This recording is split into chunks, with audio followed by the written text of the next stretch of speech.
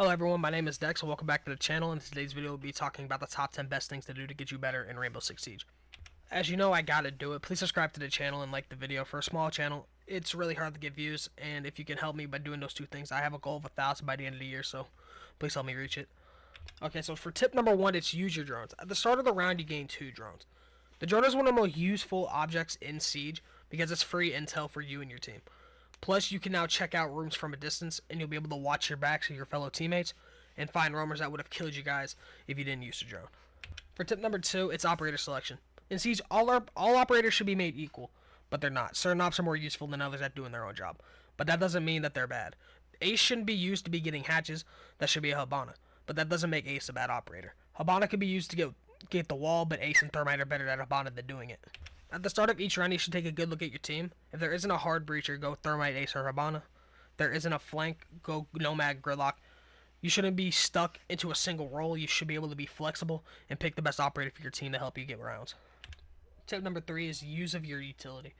In Siege, utility is the greatest thing you have on your side, and you need to use it correctly. Use your flashbangs to burn Jaeger ADSs, so then you can throw grenades and destroy or kill defenders. Use the smokes to cover for plant, and use your breach shirts to take out castles and play vertical. But make sure you use it to your advantage. The use of flashes to push out enemy defenders, and you just gotta pray to God that the flash system doesn't kind of screw you out of it. But if you can get the flashes to go off, it's an easy kill. Tip number 4 is a warm-up. A very good way to get better in Siege is to actually warm up. You'll have a better performance, and it'll help you get your aim. You can use the warm-up to help with mechanics of Siege, like including a quick peek. For number 5, it's callouts. It's an easy and useful part of the game that can make a difference in a round. The callout is a quick, precise call to your teammates for quick information. Number 5 is Q in a 5-stack. I know. Getting a good friend group is hard, but it's not impossible. If I can do it, you can do it. But there's ways out there to get to know some better players and be able to get, a better rank. You can use the R6 Discord. You can use the Reddit Discord. It just really depends on where you decide to look. Plus, if you find one person that's willing to play with you, most likely they have friends as well.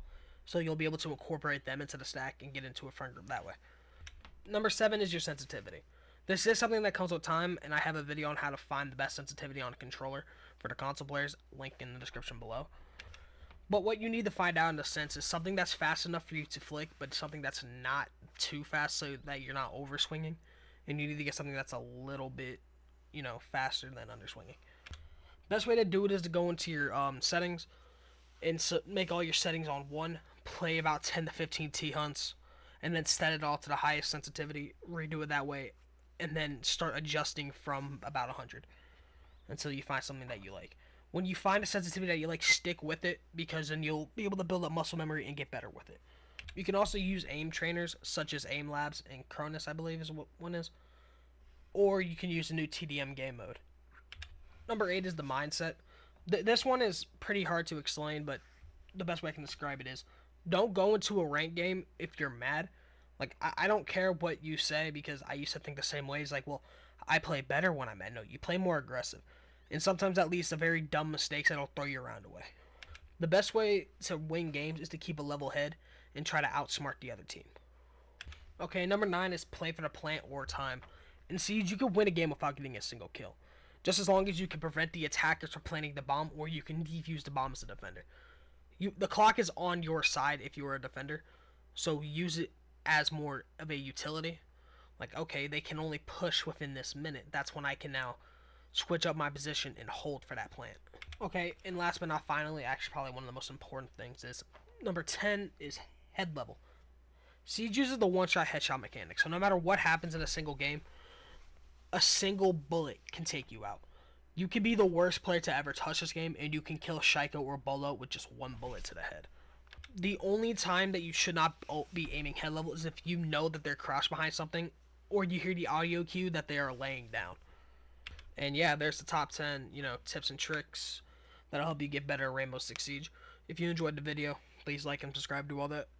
If you didn't, well, then dislike, do what you want. And yeah, have a wonderful day, everyone.